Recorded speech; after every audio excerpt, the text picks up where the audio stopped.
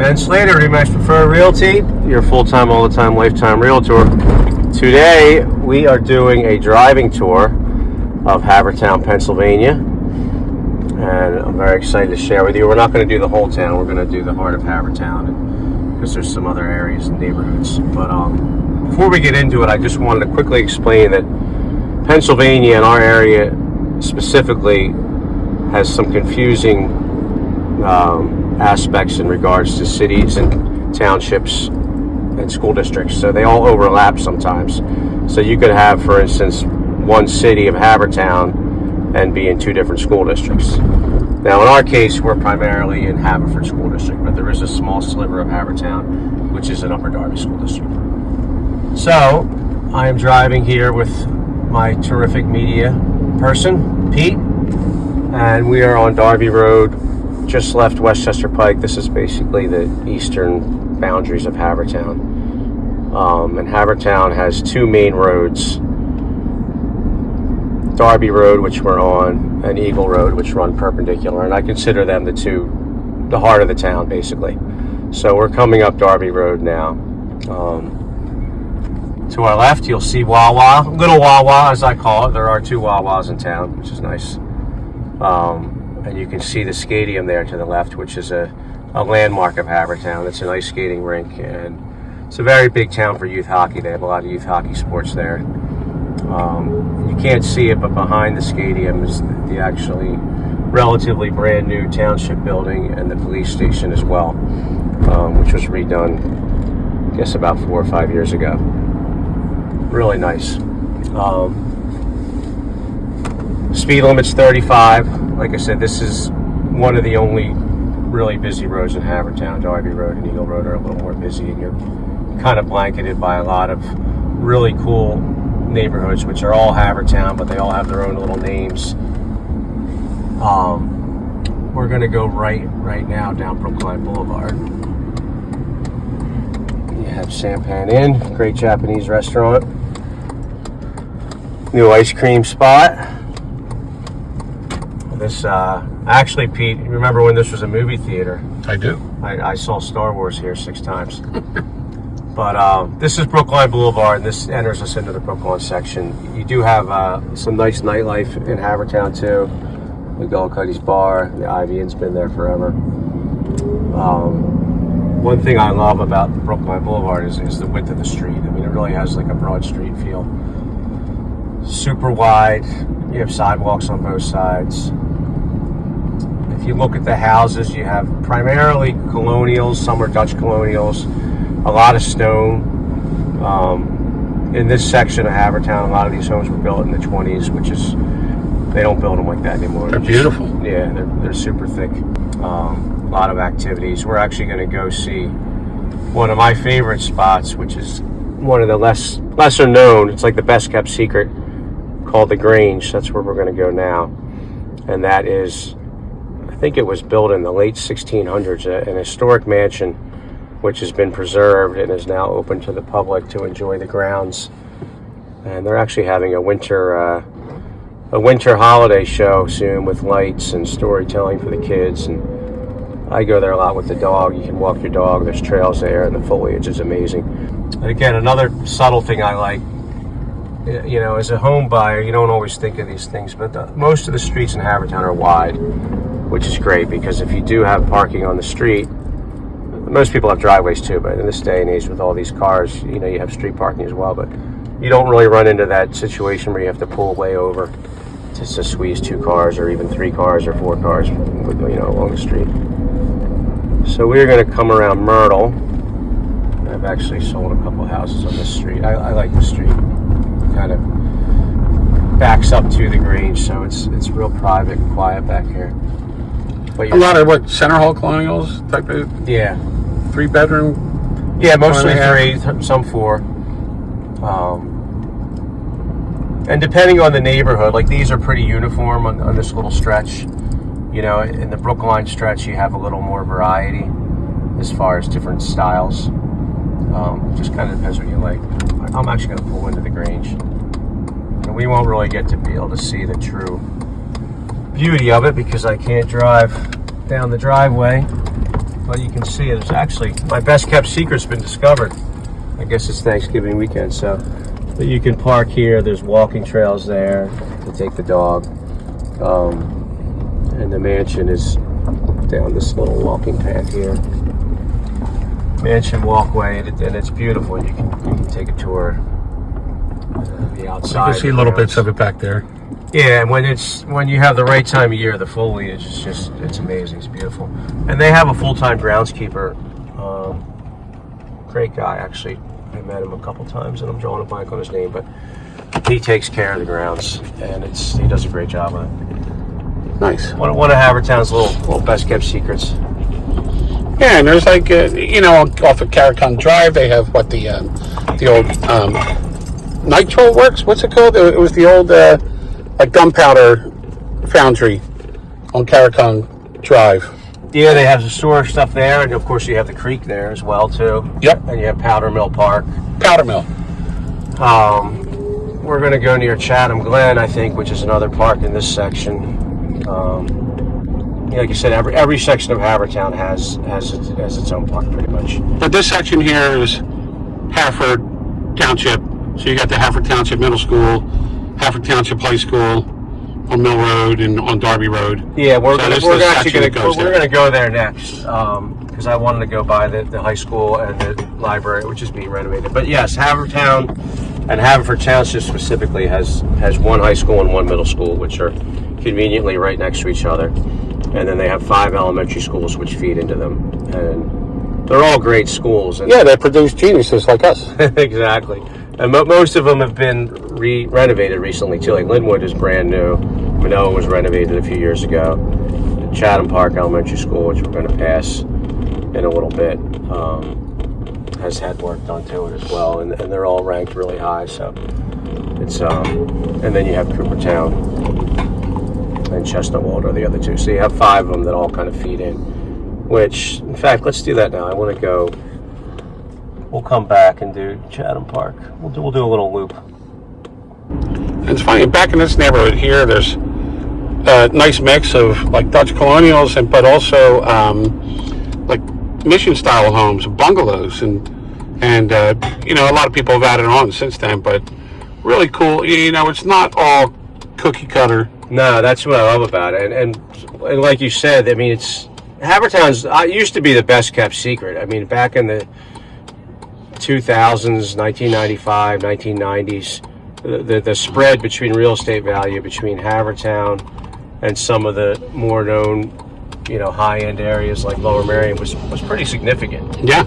And Havertown's always been, a very family-oriented, very clean, very town where people take a lot of pride in their yards. You can see the curb appeal with all these homes. And it always had nice businesses too, although not as built up, but people finally caught on in the last 15 years. And a lot of the homes have been renovated. People have added on to them. People have refinished them. New businesses have come in. Subsequently the price point is up as well too, which I think is a good thing, especially if you already live here. But yeah, so it's a lot of variety of different style homes for sure. But you have little niches of Havertown, like we talked about. Like you have your, Chatham Park section, your Brookline section, your Lanark section, and different areas have different houses of different sizes and different shapes. And you do have some areas in your Linwood. You have some row homes that are real affordable when they come up. So this is the high school. And this is called Mill Road, and we're actually going slow because we're through the school zone. I love the fact that the library has always been smack dab in the middle between the high school and the middle school. Yep. So it's just like a great atmosphere, and as you can see, the library is getting redone.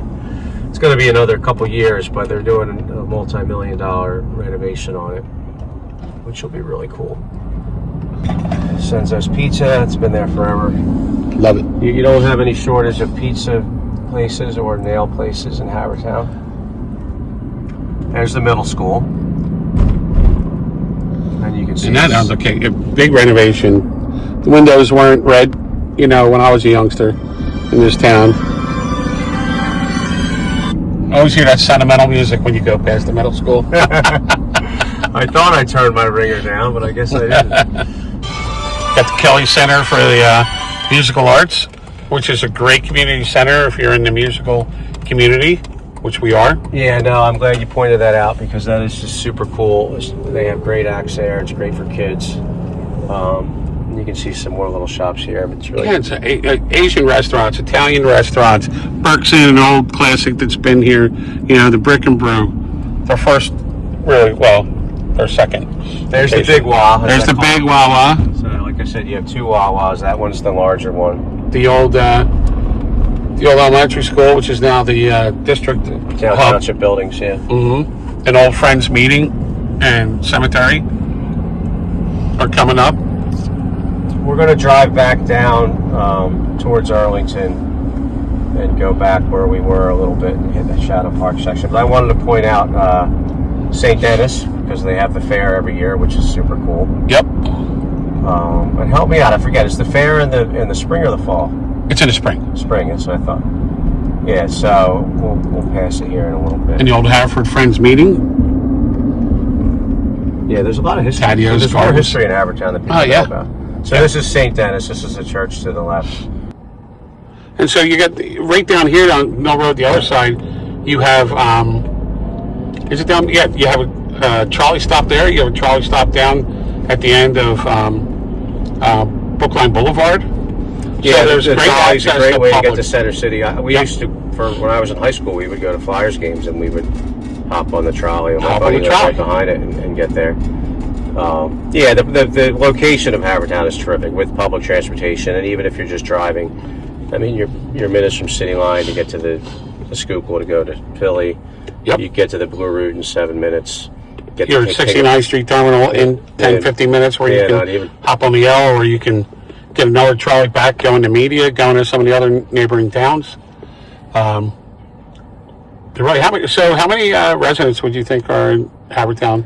I just looked the other day. I think it was it surprised me because it said 55,000 or something. That's what I thought it was in there. And I was like, how is it that many people? But because it seems smaller. But yeah, it's about 55,000 people. So Manila's another one of 3 arteries to go through. You can go through Brookline Boulevard. You can go down Manila Road. You can go down Mill Road. You can go down Eagle Road. So really, there's a lot of arteries to cut through. Between Darby and Arlington. Yeah, to give you access to different parts of town. Very sought after community. The houses go very quick. It's a great elementary school. It's super close to be able to walk to Brookline Boulevard or walk to the schools. And it's just a really cute community. Really nice houses. And there's not a lot of through traffic here. No. The only traffic here to see is people that live in the morning dropping kids off at the elementary school. Is Chatham Park it's an elementary, right? Yeah, Chatham Park's one of the 5 elementary schools. Christmas decorations are going up. Thanksgiving tomorrow. Very thankful to be in a town like this. It's a thankful vibe in the air. I mean, it's always absolutely. It's always a thankful community, but especially today, you can almost feel it. It's just there's a lot of pride. So here's Chatham Glen. We used to slide here as a kid. As kids. Ooh, that was a good spot. Yeah, you can see it. And there's a playground there on the other side. I don't know if you can see it, but again, like I said, I mean that's one thing. Like when I'm with buyer clients, a lot of times, especially if they have children, they're like, where are the parks? Is there a park? And anywhere that you move to in Havertown, you are pretty much in walking distance to one of the many parks, which is cool. Let's go down Lindelof Road. Why not? There's the actual elementary school. Go ahead. That's Chatham Park Elementary. If we went through there where the blinking lights are. And it's nice. You let them go and they gave you a wave. That's right. That's Havertown. I hate it when I don't get the wave. This is Landilla Road. This is one of my favorite streets. Now I did spend the first 6 years of my life on this street, so maybe that's why. But it's beautiful. The houses here are look at the architecture. Some of the bigger homes, and they're stone, and they were built in the 20s, and they're just absolutely gorgeous. Gorgeous. And then you'll see, and now we're bordering the Chatham Park section, and you could consider this the Lanark section because we're headed towards Darby Road. So, right about now, I would say we're officially in the Lanark section, but you can see these houses are just gorgeous.